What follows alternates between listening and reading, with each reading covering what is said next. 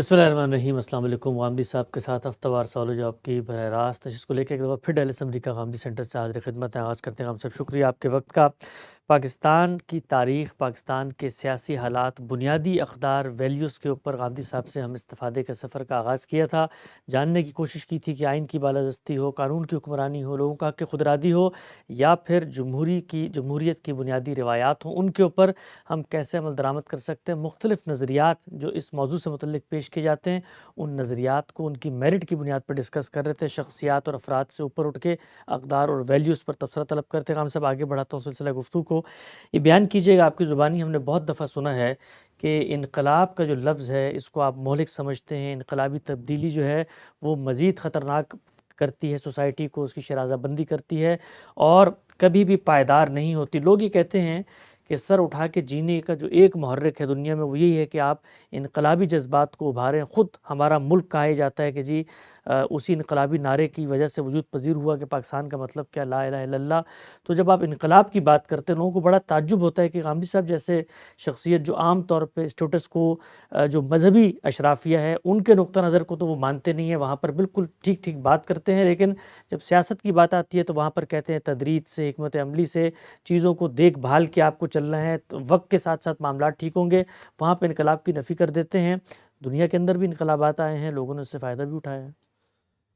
میرا خیال ہے کہ سوال کا جواب آپ نے خود ہی دے دیا۔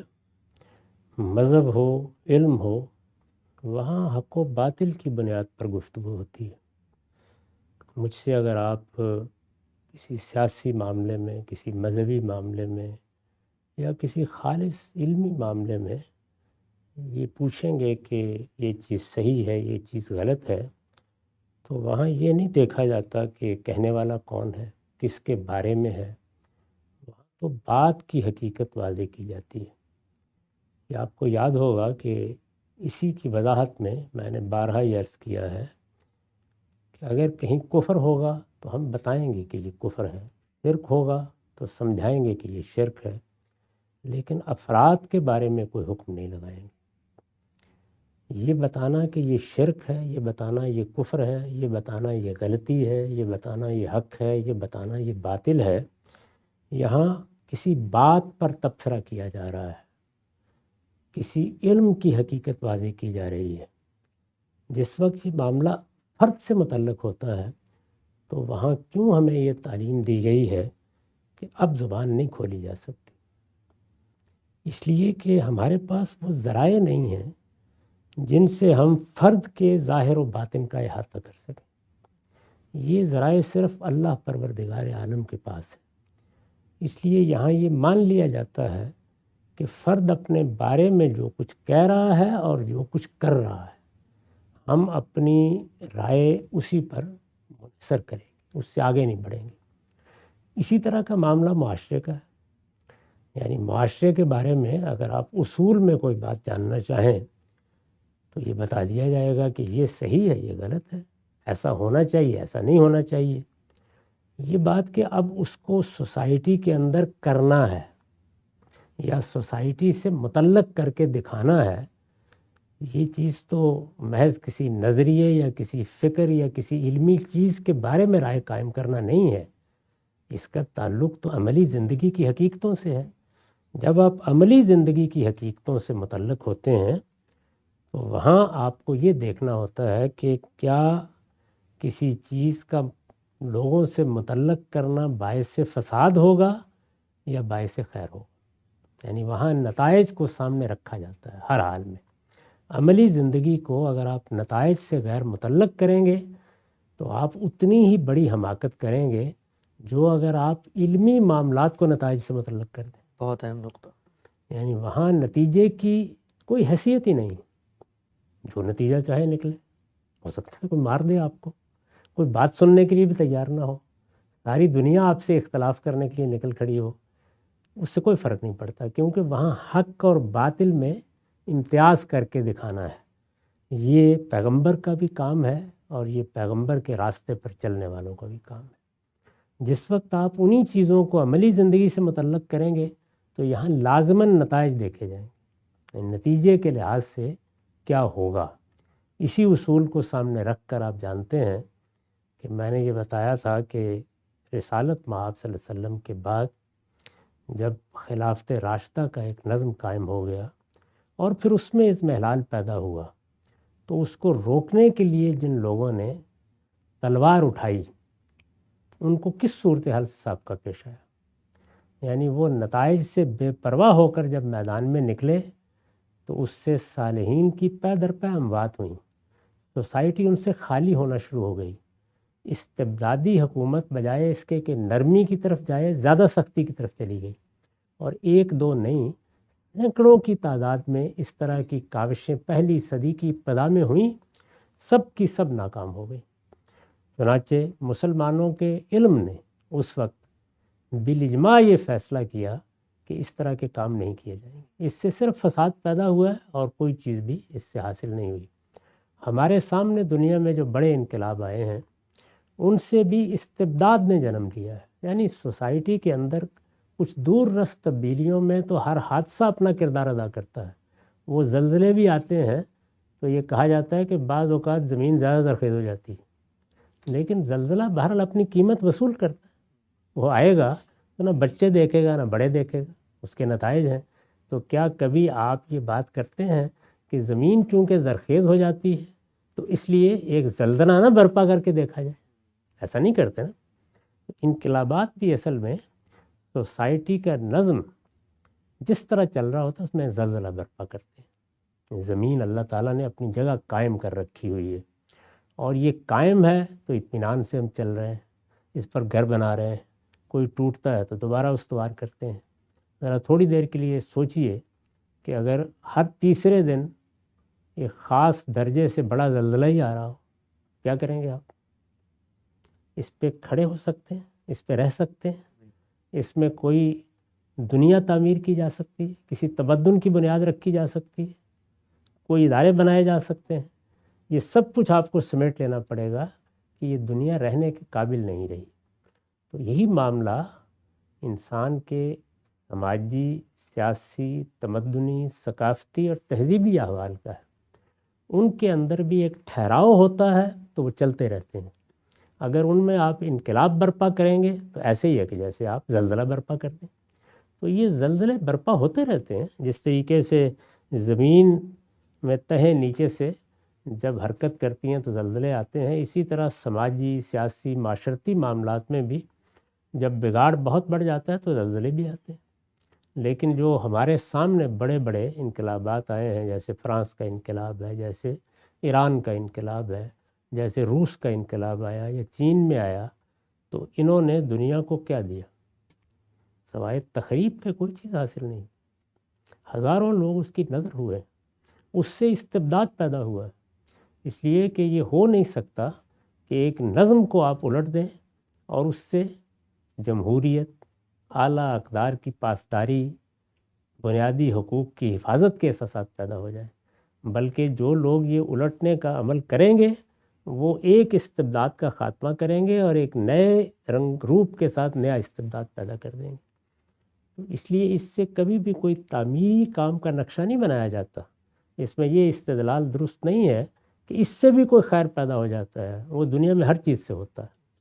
دنیا جس نظم پر چل رہی ہے، طرح میں نے عرض کیا کہ زلزلے بھی، بڑے طوفان بھی، ہمارا سارا گاؤں 1957 میں سیلاب کی نظر ہو گیا، گھر گر گئے۔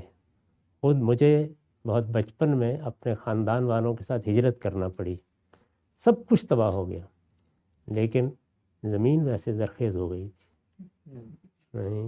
مٹی، نئی مٹی، سیلاب آتا ہے تو چھوڑ کے چلا جاتا ہے۔ تو یہ چیزیں ضمنی ہیں۔ جب آپ کوئی تدبیر اختیار کرتے ہیں یا کوئی رائے اختیار کرتے ہیں تو وہ اس طرح کے حوادث کے نتائج پر اختیار نہیں کی جاتی۔ اس لیے میرے خیال میں کسی انقلاب نے دنیا میں کوئی خیر پیدا نہیں کیا۔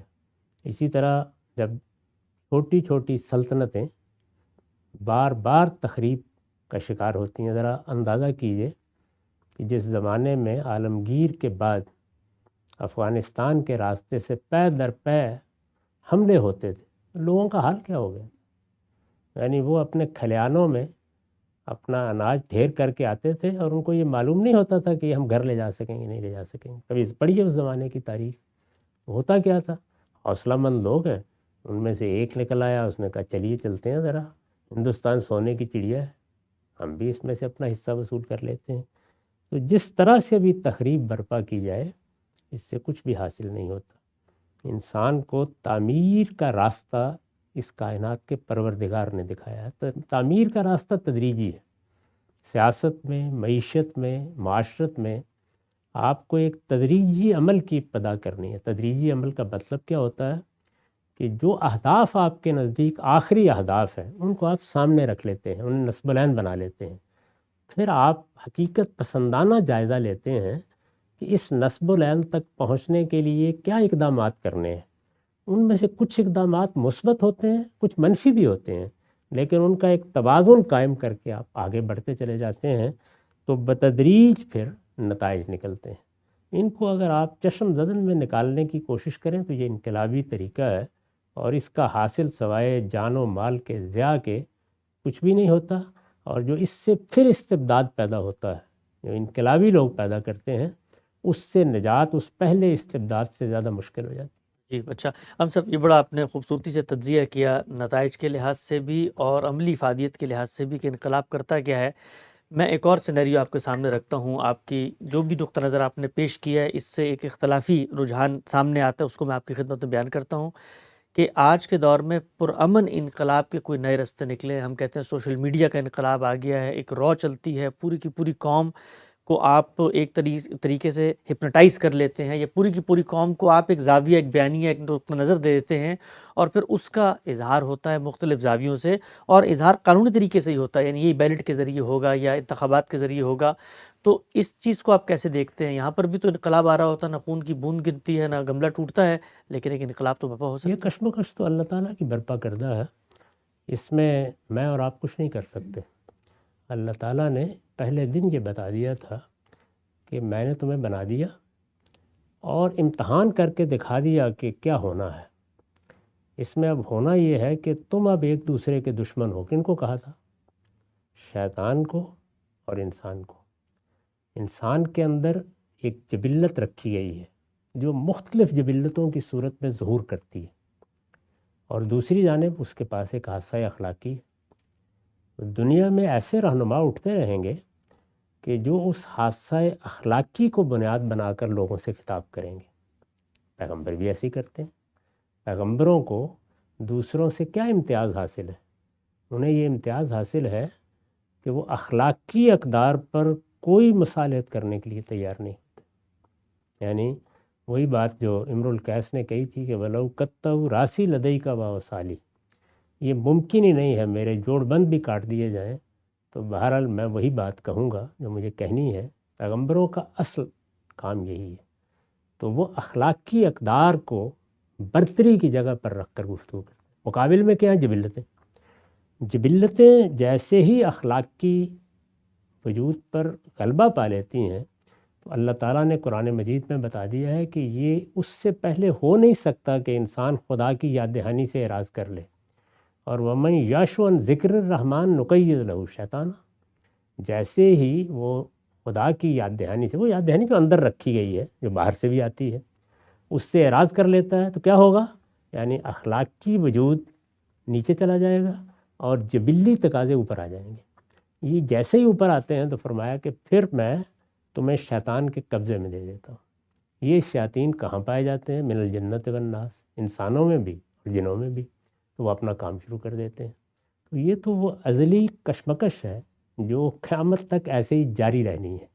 اس کشمکش کے نتیجے میں لوگوں میں خیالات پیدا ہونے ہیں, افکار نے غلبہ پانا ہے, انہوں نے مذہب, سیاست, اسی طرح سے باقی معاملات میں آراء قائم کرنی ہے, اور بعض اوقات جم غفیر کے جم غفیر اس سے متاثر ہو جانے ہیں. چنانچہ کیا ہم ماضی میں یہ نہیں جانتے کہ اللہ تعالیٰ نے قرآن میں ہمیں یہ بتایا ہے کہ میں نے جب دنیا کی ابتدا کی تو حق تھا, سب لوگ ایک ہی دین پر تھے, کان الناس امۃ واحدہ, کوئی اختلاف نہیں تھا. لیکن پھر کیا ہوا؟ پھر یہی ہوا, یعنی انسان کی جبلتوں نے اس کے حادثہ اخلاقی پر غلبہ پا لیا. حادثہ اخلاقی ہو یا حادثہ عقلی ہو، جیسے ہی اس پر غلبہ حاصل ہو جاتا ہے تو پھر شیطان کے قبضے میں چلا جاتا ہے. 3,000 سال کی تاریخ سے ہم واقف ہیں، جو شرک کے سیاسی غلبے کی تاریخ، شرک کے سیاسی غلبے کی، یعنی لوگوں کا بہت بڑی تعداد میں کسی کے سحر میں اسیر ہو جانا، کسی کے پیچھے چل نکلنا، کسی پروپیگنڈے کے زیر اثر ایک ہی طریقے سے سوچنے لگ جانا، انہی چیزوں کے لیے ان کے دلوں میں بے پناہ محبت پیدا ہو جانا. اس کے بغیر آپ کے خیال میں یہ سیاسی غلبہ عالمی سطح پر حاصل ہو گیا تھا؟ یہ 3,500 سال تک رہا ہے. اس کے مقابل میں قرآن بتاتا ہے تمام پیغمبروں نے شکست کھائی، تمام پیغمبر، یعنی کوئی ایک پیغمبر بھی کامیابی حاصل نہیں کر سکا. اور اس برے طریقے سے شکست ہوئی ہے کہ ذرا پڑھیے قرآن مجید میں، یعنی پوری بستی میں سے لوط کے ساتھ کتنے لوگ نکلے تھے علیہ السلام؟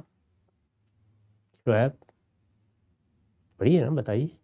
صالح، 2 4 آدمی بھی نہیں تھے پوری بستی میں سے. قرآن تصویر کھینچ کے بتاتا ہے بیوی بھی نہیں تھی، الا وجوزاً بیان کیا نا قرآن نے. تو یہ کیا چیز ہے؟ اس وجہ سے یہ تو ہونا ہے، یعنی اس کے بارے میں ہم کوئی بات نہیں کر سکتے سوائے اس کے کہ وہ لوگ جن کو اللہ بصیرت دے وہ ان نتائج پر کوئی نگاہ نہ رکھے. اگر 3,000 سال تک شرک کا سیاسی غلبہ دنیا میں قائم رہا اور پیغمبر توحید کی بات کرتے رہے جبکہ کوئی سننے کے لیے تیار نہیں تھا، کوئی فرق نہیں پڑتا اس سے.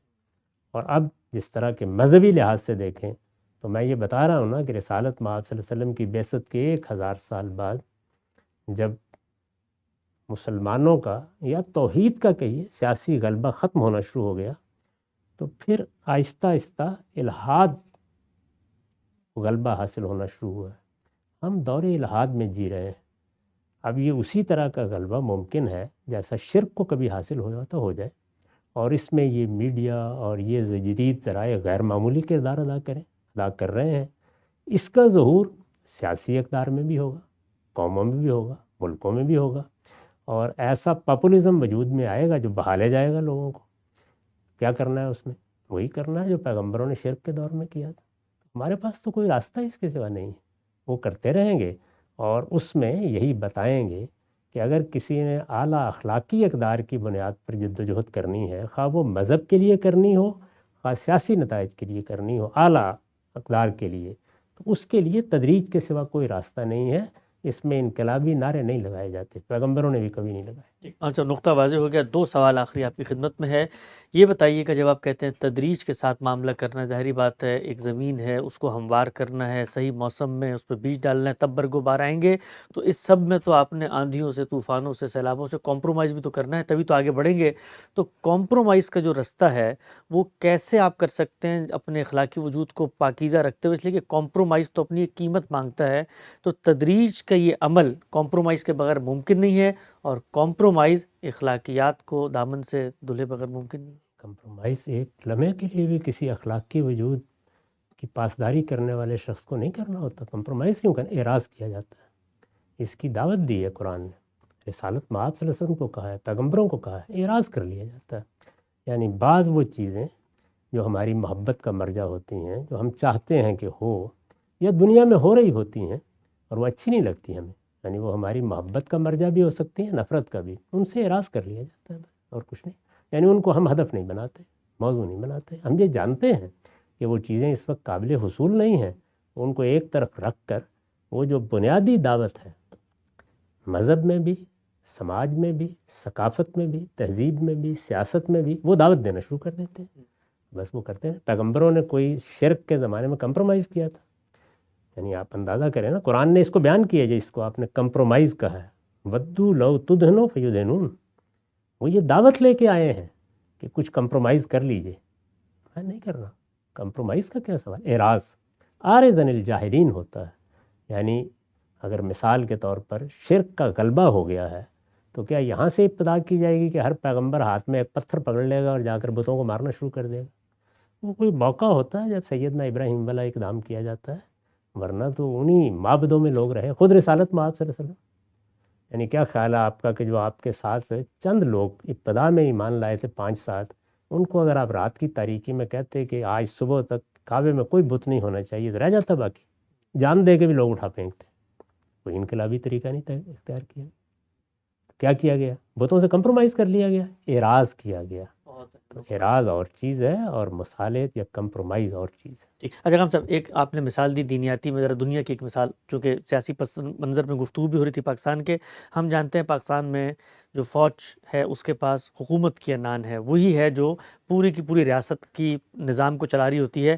اب تبدیلی لانی ہے ہم نے کہ یہاں پر جمہوریت کی بالادستی ہو، آئین کی حکمرانی ہو، آپ کے اصول کے مطابق تدریج سے آئے گی، تو تدریج میں سیاستدانوں کو کمپرومائز کر کے ان کی آشیت بار سے حکومت تو بنانی پڑے گی، تو یہ کمپرومائز پر کیا ہوگا؟ اعراض کر کے، یعنی اعراض کا مطلب یہ ہے کہ وہ چیزیں جن کو ابھی حاصل نہیں کیا جا سکتا ان کے حصول کو ابھی منزل نہ بنایا جائے، یہ اعراض کر لیتے ہیں آپ۔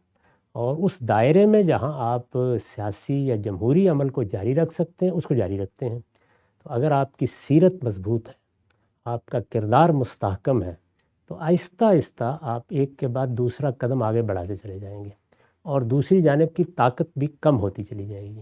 پھر قدرت کے اپنے عوامل بھی کام کرنا شروع کر دیتے ہیں۔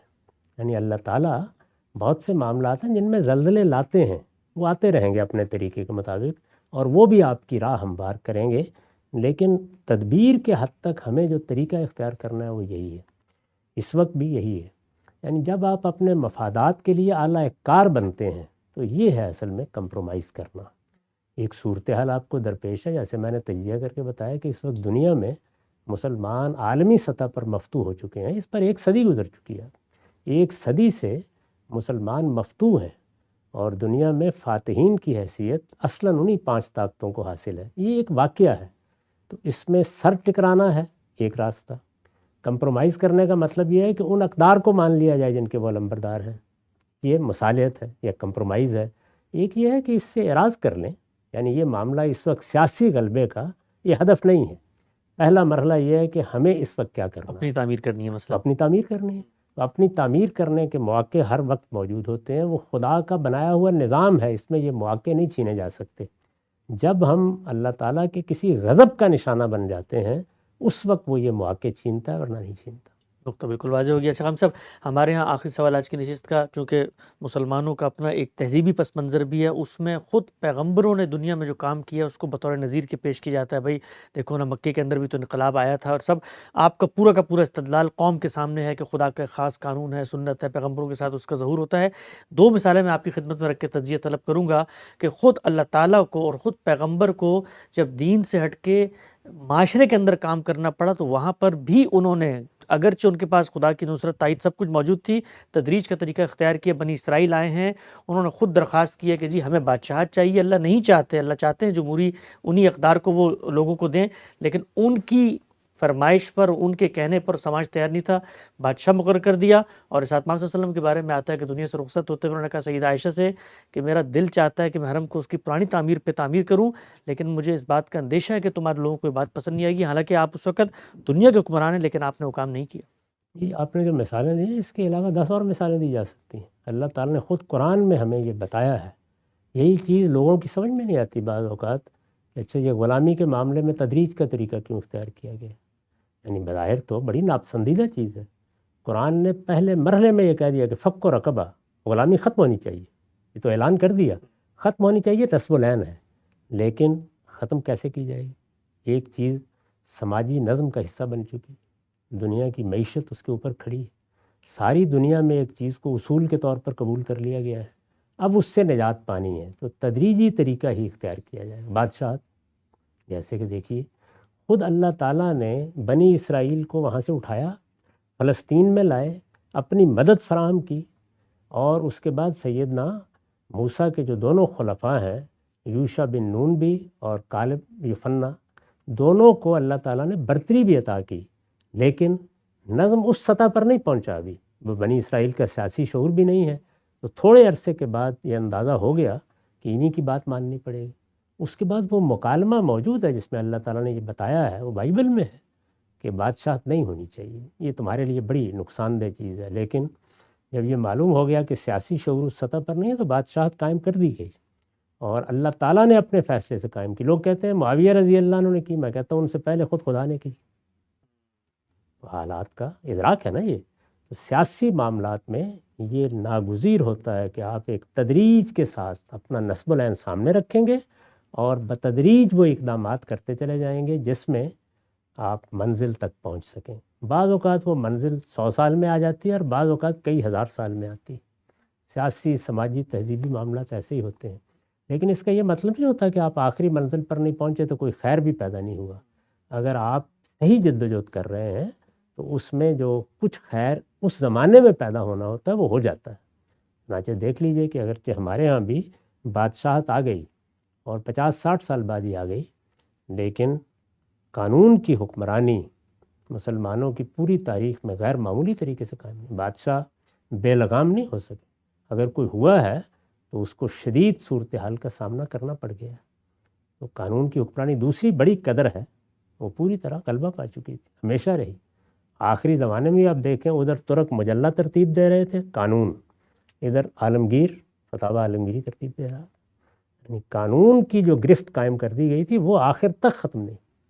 تو بالکل واضح ہو گیا تبدیلی کا خواب کیا انقلاب سے آئے گا یا پھر تدریج سے نقطہ بنقطہ قدم بقدم ایک ایک لمحے میں انسان آگے بڑھے گا۔ غامدی صاحب سے پاکستان کے سیاسی منظرنامے کی رعایت سے بنیادی سوالات پہ ہم تبادلہ خیال کر رہے ہیں۔ وقت یہاں پہ ختم ہوتا ہے، دوبارہ حاضر خدمت ہوں گے، اب تک آپ کو بہت شکریہ۔